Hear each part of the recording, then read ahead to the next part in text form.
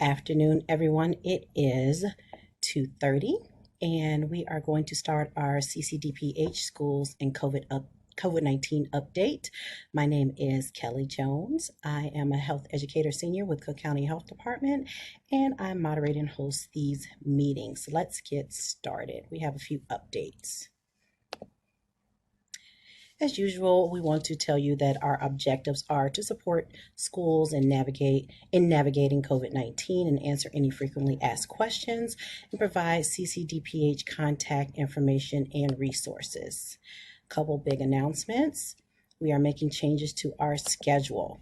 Summer break is upon us. We have decided that this will be our last CCDPH schools and COVID-19 update for the school year.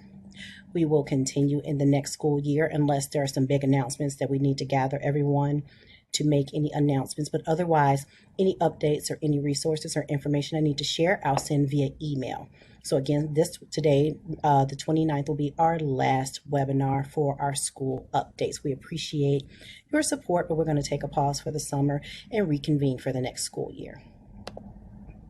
All of our webinars are being recorded and they're uploaded to our CCDPH website as well as our YouTube page. We start at 2:30. The chat is disabled as we want everyone to be able to listen to our presenters and then ask your questions afterwards. And please keep your lines muted.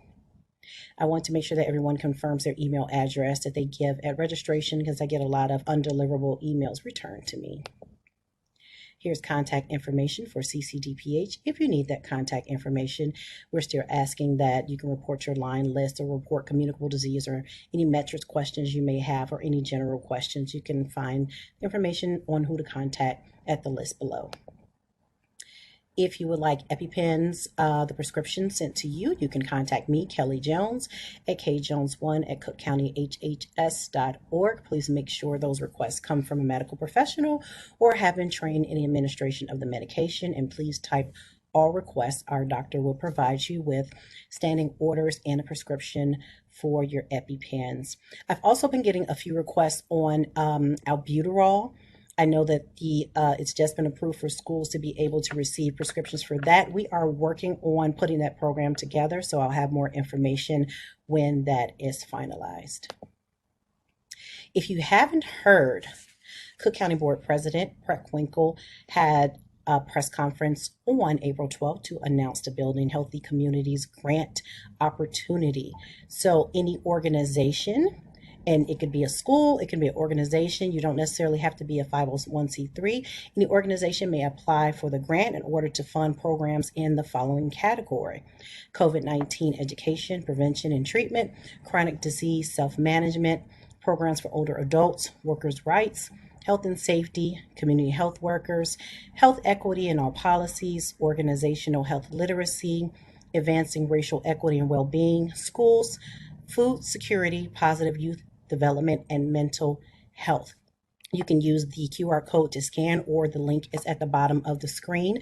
Our info sessions were already last week, but it is recorded and is updated on that RFP website, as well as you'll be able to download the RFP and look at all the information. It is pretty extensive. So if you are interested in applying, I would suggest you get started sooner than later. The deadline is May 16th. And also, if you have any questions, CCDPH staff is unable to answer questions, but when you go onto that RFP website, there is a link for you to upload your questions. All questions are compiled and then the answers are posted weekly. So if you have any questions, you can go already and look and see what has been posted, any questions and answers. Look at the previous recording and answer the questions. So I want everyone to be able to get a piece of this funding. It's the largest amount of funding we've ever received to be able to present in grant form, $11 million. So hopefully you can use it for your programs. It's much needed right now. You can still receive your at-home tests from there's something on my screen, covidtest.gov. If you'd like to request those, they're very handy. I woke up with a sore throat one day this week and I went right to my cabinet and did the rapid test just to make sure everything's okay. You can also go to a point of sale at Walgreens or CVS, etc., and get those tests. And then they can either run your insurance or get reimbursed from your insurance. You can also request tests at the following website. Here is sponsored by the Rockefeller Foundation. We are aware, and I think I mentioned this in a previous meeting, that funding from the Health Resources and Services Administration has ended, and that's the funding that allowed people who were uninsured or underinsured to get vaccinations and testing. That has ended. So if the person is uninsured or underinsured and still wants vaccination or testing, they can go to CCDPH, as our funding isn't reliant on the HRSA funding, or they can go to any federally qualified health center. Here's a list of all of our Cook County health clinics if you're still interested in going and you need that. Just some information on one of our partnering events coming up. It's a community conversations sponsored by CCDPH in partnership with Circle. Know your COVID-19 options. There are a lot of options that have recently come to the market. We want to make sure people are aware of that. So here's a flyer in English and in Spanish. And if you are interested in seeing what events are coming up, you can go to our CCDPH calendar event. It's not just COVID events. As you can see, Sisters Working It Out is having a 5K tomorrow. And then there's also a drug take back program. So check it out. And there's a lot of events coming up. If you have any concerns about any testing sites, if you think there's fraud or something that's being done illegally, you can contact the Attorney General's Consumer Complaint Division by the following phone number at the bottom of the screen. I thought this is a great resource to share with the schools. It's through River Edge Hospital. It is Trauma Informed Classroom, Vicarious Trauma, aka Compassion Fatigues. So it talks about ways that teachers and school personnel can use these tips in order to prevent compassion fatigue, as we all, I'm sure, are bogged down with right now. So the link for the whole flyer will be in the handouts when I share it this afternoon. If your organization wants the rapid antigen test kits, you can contact us via the website below, and then Dr. Corpix is available to write those prescriptions and help you out with that, as well as the information on the shield testing for schools. I sent this information out to the group, but I want to make sure everyone got this. IDPH has let us know that free summer camp test kits are available, even if the summer camp is not associated with a school. So all of the information is on the slide. But if you have any questions or you need to order these kits, you can order them through that dph.antigen testing at Illinois website on the slide.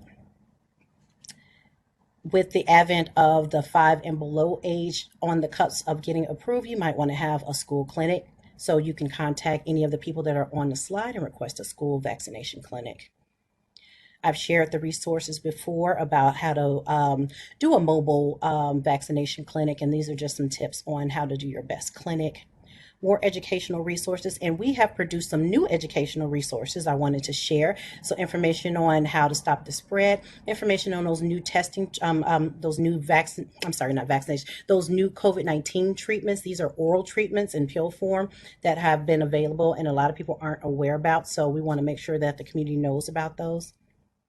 And then also information about mask wearing and tips to stay safe. So here's some more information on our shot campaign and things like that. If you want to get a ride to your shot, you can call the number, and that is for anyone within the household, as well as our at-home vaccination program has been amended. Anyone 5 and up, you don't need to be immobile or 65 and over or have a disability anymore. Anyone within the home who is 5 and up can call this number and get an at-home vaccination. So you can utilize that for your boosters as well. And that is it for me. I'm going to stop sharing and I'm going to introduce Diamond Ross, who is a health educator with Cook County Health Department in our lead department, and she is going to discuss the lead program with you. Let me just pull up your screens. Welcome, Diamond. Okay, perfect. Thank you again, Kelly, for that introduction and the opportunity to speak to your team today. We're going to slightly pivot from COVID-19 topics, and today's presentation, as you see here, is going to be about lead poisoning prevention. Today's presentation objectives are as follows. We're going to discuss where and how lead exposure occurs and explain why children are most vulnerable. We're going to discuss the developmental implications of lead exposure on children and the long-term effects, explain the role our local health plays in improving outcomes for children who have been lead exposed. And then lastly, we're going to discuss some current lead poisoning prevention resources that we offer here at CCDPH.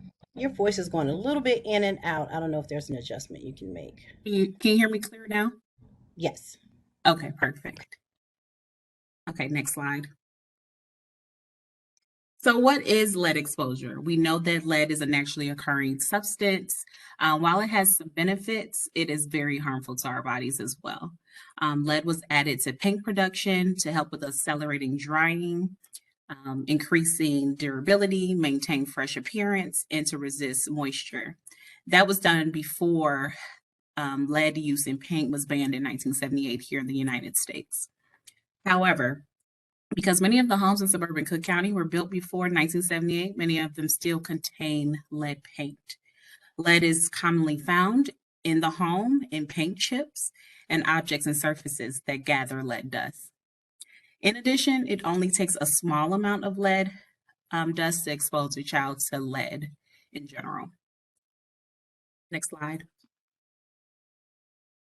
So let's talk about some non-paint sources for lead, which include imported products. So here we have lead can be found in imported pottery, especially the bowls that are shown here. These are from Mexico.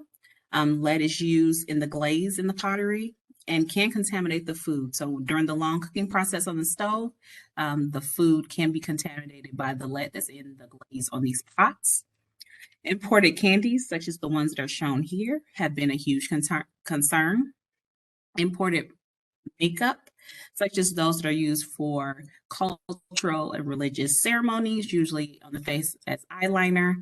And lastly, imported spices and folk and alternative medicines. In the past, there was a large FDA recall on an herbal supplement that was imported from China. So we know that critical brain development occurs in children under the age of 6, and it is during this time where children are also exhibiting the persistent oral behaviors with their hands and their mouths constantly, which makes them the most vulnerable for lead poisoning. Over time, children exposed to low levels of lead develop deficiencies in overall intellectual abilities, speech and language processing, attention, executive functioning, and social skills, and fine and gross motor skills as well. At high levels, lead poisoning can cause outward symptoms such as the loss of appetite, fatigue, constipation, vomiting, hearing loss, and seizures. However, most children are not going to be exposed to lead in large amounts, so they will probably never become that sick or show those type of symptoms and mostly remain asymptomatic. The long-term impact of lead, we know there's been many studies that have shown there's a linkage between lead and ADHD. Approximately 1 in 5 cases of ADHD among U.S. children have been attributed to lead exposure during childhood. So now that I've shared with you how lead exposure occurs and explain why children are the most vulnerable, discuss the developmental implications of lead exposure and the long-term impact on children, I will now explain to you what role the health department is playing in improving these outcomes for children who have been lead exposed, and lastly, discuss the resources we have for your families at your schools. Through our grant program, CCDPH has implemented a more proactive approach to combat childhood lead exposure. While historically our approach was more reactive, our services were initiated oftentimes from a medical provider who sent us a referral because a child's blood lead level was elevated. This grant program allows us to be more proactive and not wait for a child to be exposed to lead. So our lead grant program aims to keep children safe from lead exposure through the following services. We provide case management with an assigned public health nurse. Our lead risk assessors conduct free home lead inspections. All lead hazards found during these home inspections are repaired by a licensed contractor at no cost to the family. We also provide free blood lead testing for a child to ensure that the child remains lead free. Our repairs are often also energy efficient improvements to the home, so that increases property value for the owner. And then lastly, I provide assistance to all families in completing the grant application and any other questions that they may have during the process. So I'm going to explain a little bit to you what qualifies a family to participate in our grant program. A child does not need to have been lead exposed for the family to apply for our program. Our program is open to both renters as well as homeowners. There just simply needs to be a child in the home under the age of 6 or a child under the age of 6 that visits the home regularly. The family must income qualify. Currently, we use the HUD income guidelines, which allows for a family of 4 to make up to $83,000 annually to qualify. To date, I've not disqualified or denied any family based on income. So here are some ways your school can help your students. Next slide. So yeah, here's some ways your school can help your students. You can share our flyer on your website or your newsletter with your school families to ensure parents to encourage families to apply. I want to highlight the benefits of our program. The program protects children and can improve and increase the value of their home. We ask that you be a trusted voice, a trusted community partner. And then lastly, we ask that you provide CCDPH's website and my contact information if families need any type of assistance. And then I have a brief editor's note that I was asked to include.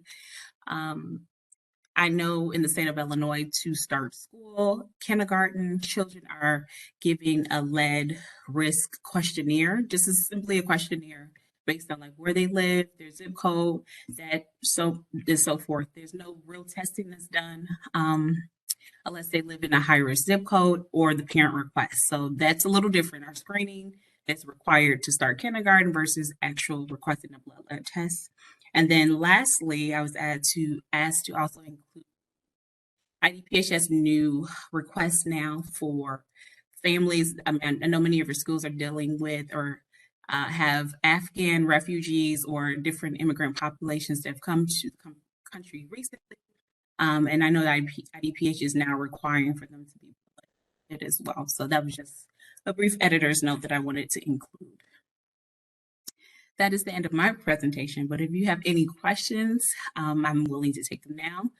Kelly has my contact information up here as well if you have any questions for me afterwards. Were there any questions? Thank you, Diamond. Let me just open the chat so that if anyone has any questions, they can put them in the chat. The chat is open. If you have any questions for Diamond regarding the lead program, feel free to ask your questions. We appreciate you getting on Diamond and letting our community know what Cook County Health Department can do for you, because not everyone knows what we offer and how people can find it. So I'm glad I'm able to bring this to the school community. Absolutely. Thank you again. You guys are quiet today. If it is an in-depth question, you can unmute yourself if that's easier than typing in your question. We want to make sure we use this time to answer any questions we may have for Diamond. And if not, that means you did a fantastic job explaining the program and no questions are necessary. I will make sure I share the flyers for the program and the presentation when I send out everything after the webinar is over this afternoon. So this is going to be our last call for any questions for Diamond. If there are none, thank you, Diamond, I'll answer a quick question because I know this always comes up. So I did state that the child does not need to live in the home. Just visits the home frequently or regularly. And that's really for extended family or grandparents who may watch the child. So the child does not live with them, but they do care for the child a few hours a day, a few days a week. So it is open to someone who's extended family or a babysitter. The child does not need to live in the home. They can visit the home just as long as the child's under the age of 6. Great. I'm sure they can utilize that. A lot of families can use that. But we want to thank Diamond for taking the time out of her day. We appreciate it. And I'll share Diamond's contact information and all the flyers for the program with the group. Thank you so much, Diamond. You have a good afternoon, and I am going to give the floor to Lex. Thanks a lot.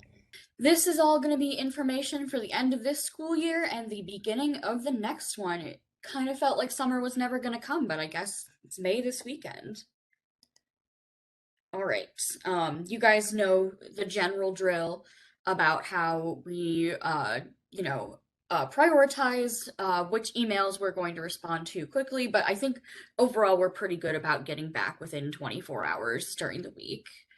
And I just want to remind everybody, and I'm not sure if there's any, district attorneys on this call, but if there's admin, make sure you're communicating to your district attorneys that infectious disease reporting is the law. It's the law in every state, but Illinois has its own specific list of diseases that you have to report, and that includes COVID.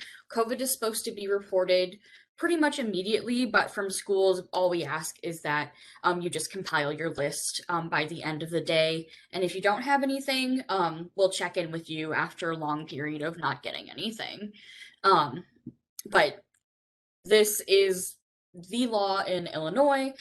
School personnel, us at CCDPH, all of us, public servants, we are all mandated reporters of infectious diseases. And I did want to remind everybody that just one solitary case of flu isn't reportable to us, but if you think you might have a classroom outbreak, we would like you to report that to us. So just wanted to add those things. My other work that I do is on flu, and we take those outbreaks into consideration when we're determining what the community risk of flu is for the year. All right. Going on to metrics, we are in an uptick right now. I was really hoping we wouldn't get into medium moderate transmission before today, but unfortunately we are there, but only just barely. Chicago is slightly behind, so I did want to warn you guys, if you go to the CDC map, they have all of Cook County, not just suburban Cook County. So as of right now, that information is lagging slightly. Suburban Cook is in medium, and Chicago's not that far behind. So this is where we are.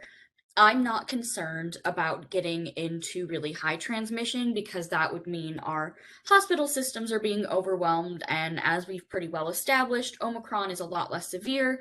And if you've been following the news, I can't remember if it was the end of last week or the beginning of this week, but a seroprevalence survey came out, which basically takes blood samples and looks at whether or not somebody has antibodies against something. And they did one for COVID, and nearly half to almost 75% of kids have COVID antibodies, whether that is viable and actually going to give them protection or from well over a year ago, we don't know. So that doesn't mean they're protected, but it does mean that the vast majority of us have been exposed to COVID at some point. So hopefully, by the time we start the next school year, we're going to be treating COVID a little differently, and I'll get into that later in the presentation. But this is where we are right now. In medium transmission, basically, we still want to encourage good mitigation measures. We still want people masking indoors, making that choice for themselves. It's all the more important for people who are at severe risk of disease to be taking care of themselves, masking in public. I would really like to encourage all of you as individuals, like when you're at the pharmacy or the grocery store or somewhere that, someone who's at severe risk can't really avoid, mask up just out of consideration. But at this time, we are not putting in sweeping mandates to be masking.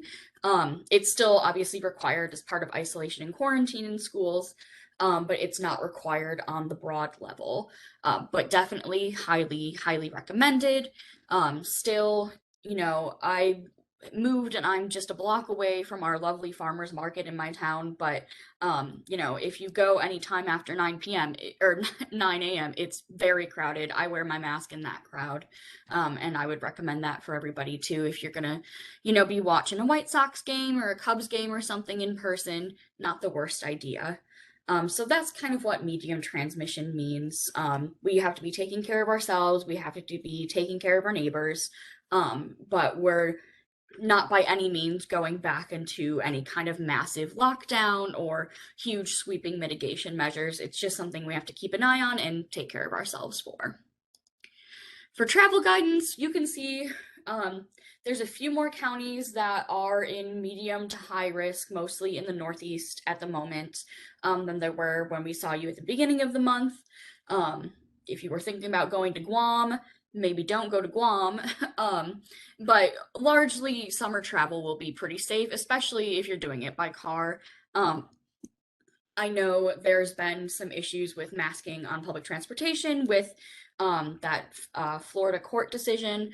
But if you are making a choice as an individual, I would highly, highly encourage you to be masking when you're on public transportation.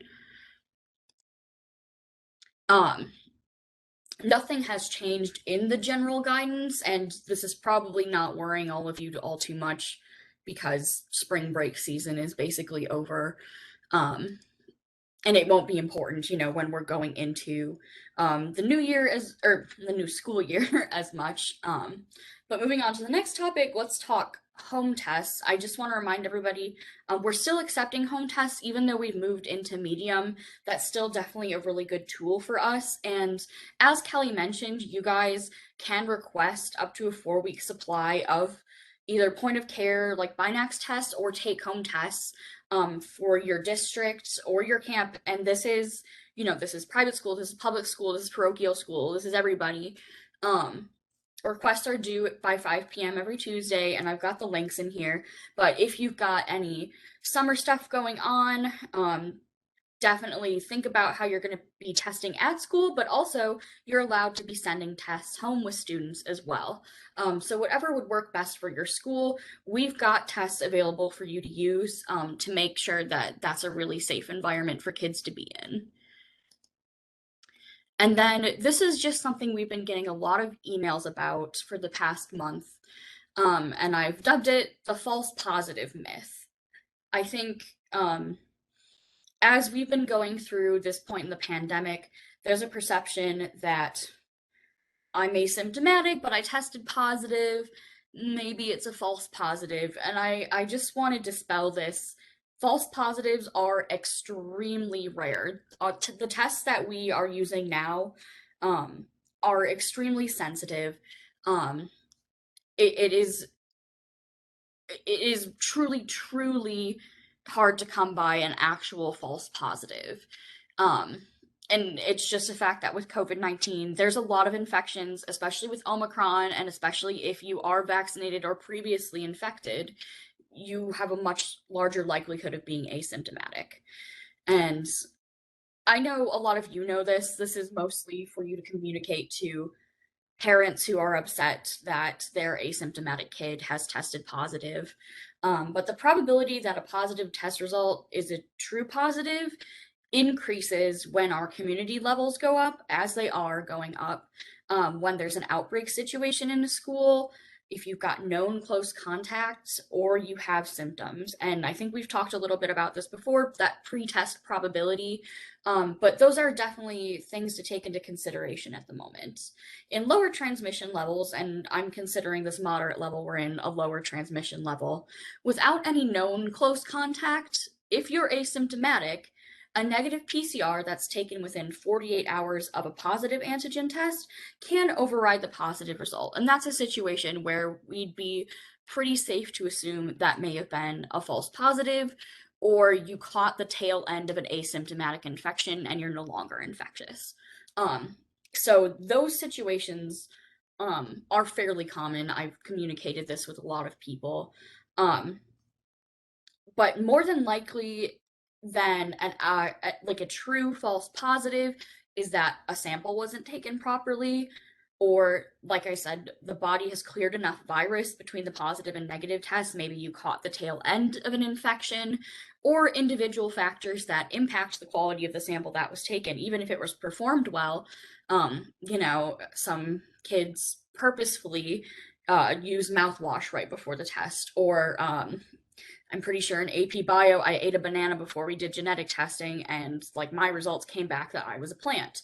So things like that do happen. So that definitely impacts the quality of the sample, especially when we're talking about home tests as well. So I just want to emphasize that false positives are truly few and far between. There are much more likely explanations for discordant test results or testing positive if you don't have symptoms. Um, this may, the test will still be really good, but the probability that you're going to be encountering COVID in the wild or at school will go down as we go into the next school year. So we may talk about this again, but this is the place that we're in right now. All right, end of the year events. What are we gonna do? We're kind of in a weird point where we're in moderate transition, but masks aren't absolutely required, even if they're strongly recommended. So to that, we say try to have your events outdoors if you can. If you look at the pictures, that's my family at my youngest brother's senior band performance last year and his outdoor graduation, which was much nicer than my graduation back in the day in the stuffy gym. So try to have those events outdoors when you can. I know that's not possible if you've got bad weather and you're an orchestra, but as much as possible, if you have to have it indoors, increase that air circulation. Open windows, doors, use filters and things like that. And then you don't have to require masks, but please continue to encourage mask use. Consider sending a note to participants and their families encouraging mask use.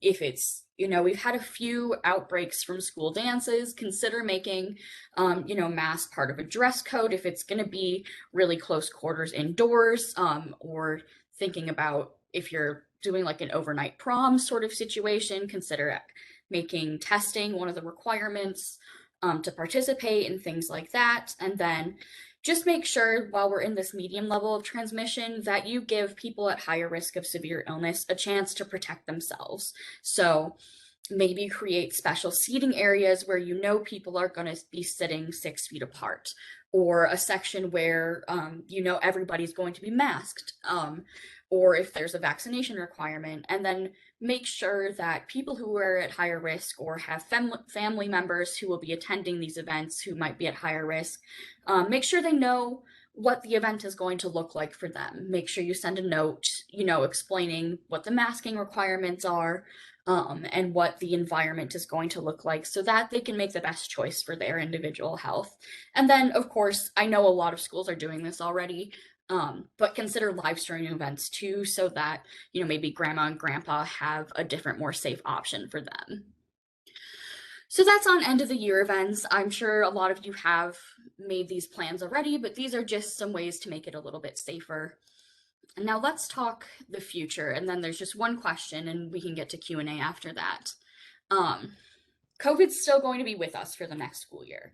There's no denying that, but it's probably going to look a lot different than it does now. I mean, knock on wood, but it probably will look pretty different. Isolation and quarantine are still going to be part of our mitigation measures.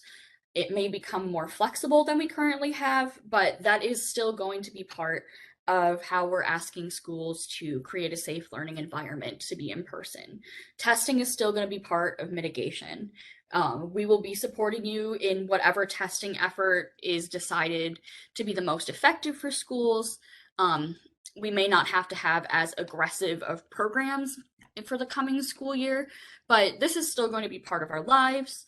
And then if you've read the news, you'll know that Moderna is coming out with a double strain booster, and we'll probably have to get boosters if you haven't gotten your fourth dose already.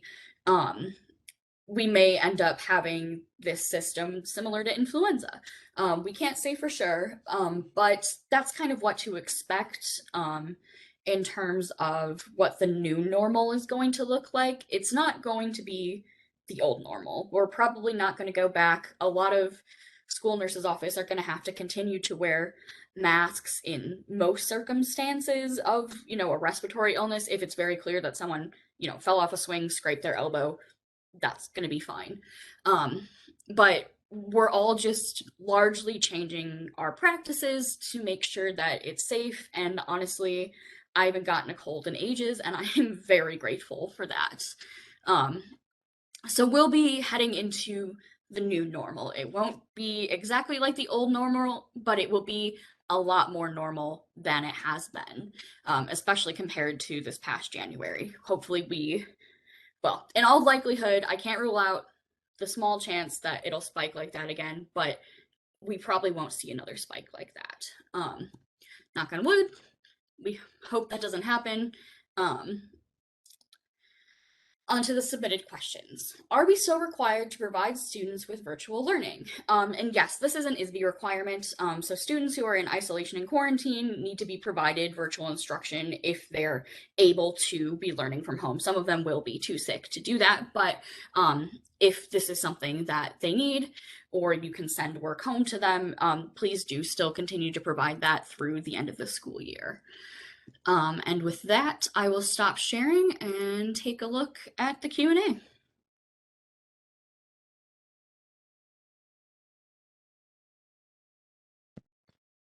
And just because this is the last webinar of the school year, you can still continue to send us any questions you have through the end of the school year. We're answering those every day. We've got a lot of really unique situations that have popped up, especially for students with special needs and trying to accommodate them so they don't miss too much school. So always come to us if you're unsure about something, or you kind of want to get our input on a workaround on how kids can miss less school. All right. Do you predict by June this year's numbers will start to decrease again? You know, I think June is probably too soon to say which direction we're going to go in, but we're definitely going to be increasing for the first part of May. And it'd be really nice if the weather finally stayed nice and we could spend a lot more time outside. That would be a huge helpful factor. But I can't say for sure.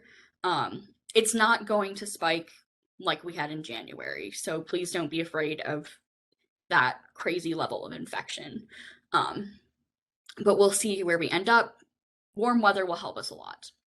Do you recommend families verify home tests to schools? Absolutely. Within 15 minutes to half an hour, those test results, get wonky on the little test strip. So they should take a test or a picture of their test results as soon as possible, and share that with the school. And if the school could share, positive results with us, that way, even if it's not a reportable test to the state, we can keep track of who was infected so that we can have a 90-day window for them for going forward. Do you anticipate any changes to the exclusion timing for next year, less than 5 days? It's a good question, and to be honest, I'm not sure. So 5 days was chosen because that's kind of the turning point where we get to less than half of people are infectious after 5 days. And the reason people have to mask after that is because we can't tell you exactly who's going to still be infectious. So the 5 days is a scientific number, but they may decide that if the level of community transmission is low enough, you might be able to return earlier as long as you mask through those days. I'm not sure if that's going to happen. I can't guarantee that, but I just want to emphasize that 5 days was chosen from the science that we know, and they're going to weigh that against whatever level of risk cutting that even shorter would introduce. And if we're in low community transmission, that risk may be worth it. But I'm going to leave that up to the CDC professionals to decide.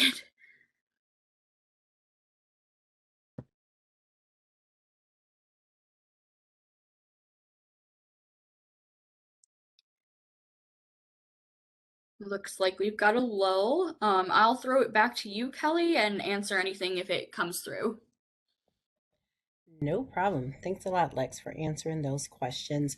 I just wanted to reiterate to those people that may have joined us later after the announcements that today, April 29th, is our last school health webinar for the school year. We're going to give schools time to wrap up their school years. I know there's a lot to do and it's been pretty busy. We will reconvene in the fall, and if there is something urgent of importance that we need to get out, we'll host something then sporadically, but I'll make sure that I always send any resources or information via email throughout the summer. So we'll make sure we'll stay in touch via the summer, but we will not have any more meetings after today. And a bunch of questions came into the chat, Lex, so I'll let you read them. There's been a few thank yous. We appreciate that. It's been a long school year, long couple years doing these meetings, so we appreciate that. So I'll let Lex get a hold of that chat. Yeah, it looks like Michelle answered the one actual question that came in. You can send the tests you get in bulk home with students if you want, and you can also put in requests for the over-the-counter tests that will be like those individual tests you got if you signed up to get your 4 free tests from the federal government. Um, and they can bring their sample back if that's something that works logistically for your school. Otherwise, I would recommend requesting specifically the home test kits to hand out to students. Which, according to the IDPH emails we've been getting, we do have plenty of home tests to send out if you request it.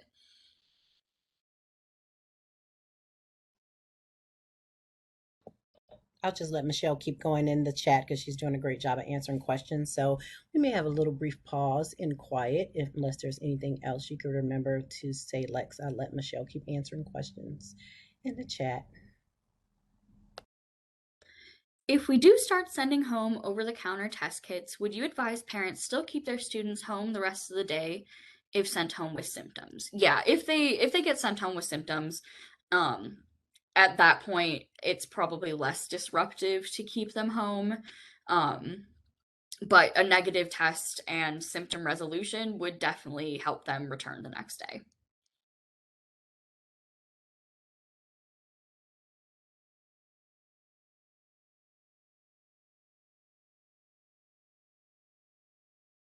We still have more time, so we'll let anyone who has any more questions put them in the chat. I also want to remind those who joined us late that I would hope that you, your organizations, your schools, and your districts, and your municipalities take advantage of the Building Healthier Communities grant that CCDPH is putting out. It is an $11 million grant that we hope that we could use for mental health.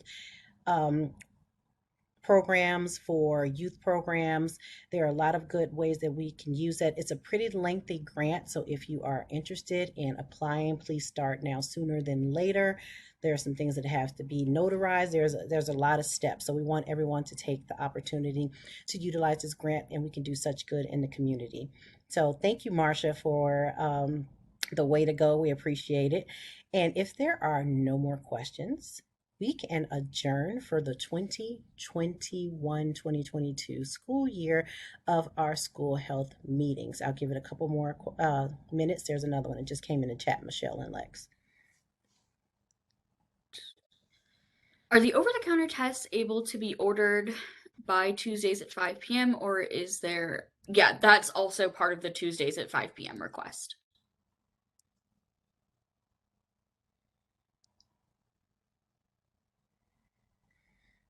Okay. I believe that question was just answered about virtual learning. Yeah, still required to provide virtual learning to students who are out sick or for quarantine or isolation.